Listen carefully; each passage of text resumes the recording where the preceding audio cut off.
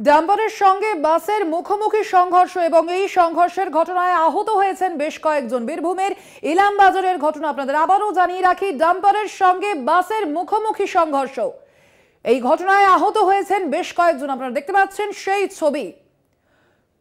ডাম্পারের সঙ্গে বাসের মুখোমুখি সংঘর্ষ, বীরভূমের ইলামবাজারের কাছে এই দুর্ঘটনাটি ঘটেছে। আহতরা ভর্তি ইলামবাজার প্রাথমিক স্বাস্থ্য কেন্দ্রে। বীরভূমের ইলামবাজারের ঘটনা, ডাম্পারের সঙ্গে বাসের মুখোমুখি সংঘর্ষ, ক্ষতিগ্রস্ত দুটি গাড়ি।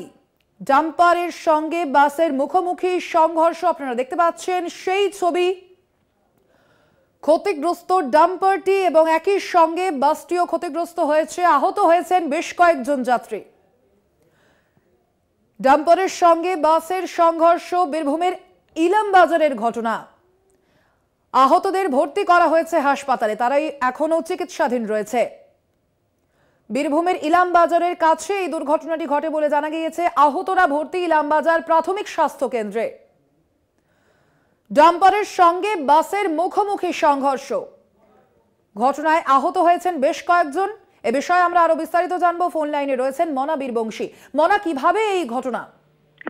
দেখো সোনালী, নিঃসন্দেহে সাত সকালে অত্যন্ত গুরুত্বপূর্ণ খবর যেটা আমরা জানতে পারছি যে বীরভূমের ইলামবাজারে যে বাস স্ট্যান্ড, অর্থাৎ বোলপুরগামী যে বাস স্ট্যান্ড, সেই ইলামবাজারের বাস স্ট্যান্ডের সেই যাত্রীবাহী একটি বাসের সাথে ডাম্পারের কিন্তু মুখোমুখি সংঘর্ষ হয় এবং তারপরেই কিন্তু রীতিমতো এলাকায় একটা বিরাট উত্তেজনার কিন্তু পরিবেশ তৈরি হয়। দেখো অবশ্যই এই মুহূর্তে দাঁড়িয়ে যেটা আমরা জানতে পারছি স্থানীয় এবং পুলিশ সূত্রে, যে বাসে থাকা বেশ কয়েকজন যাত্রী কিন্তু গুরুতর জখম হয়েছে, তাদের মধ্যে মহিলাও রয়েছে এবং তাদেরকে প্রাথমিকভাবে প্রথমেই ইলামবাজার যে প্রাথমিক স্বাস্থ্য কেন্দ্র, সেখানে নিয়ে গিয়ে তাদেরকে কিন্তু চিকিৎসা করানো হয়েছে।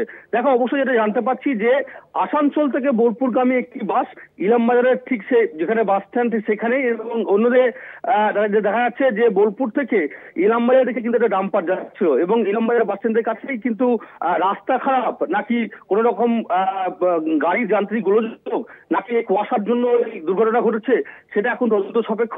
তবে ডাম্পারটির সাথে কিন্তু একেবারে মুখোমুখি সংঘর্ষ হয় এবং ডাম্পার পাশাপাশি বাস দুটি গাড়ি কিন্তু কার্যত ব্যাপকভাবে ক্ষতিগ্রস্ত হয়েছে এবং তারপরেই কিন্তু এই ঘটনাটার পরেই কিন্তু দৌড়ে আসে, পুলিশ প্রশাসন দৌড়ে আসে এবং উদ্ধার কাজ চালায়। তবে এই মুহূর্তে দাঁড়িয়ে অবশ্যই পুলিশ প্রশাসনের তরফ থেকে যানজট নিয়ন্ত্রণ করা হচ্ছে এবং সব মিলিয়ে কিন্তু এলাকায় কিন্তু চাঞ্চল্যকর পরিবেশ তৈরি হয়।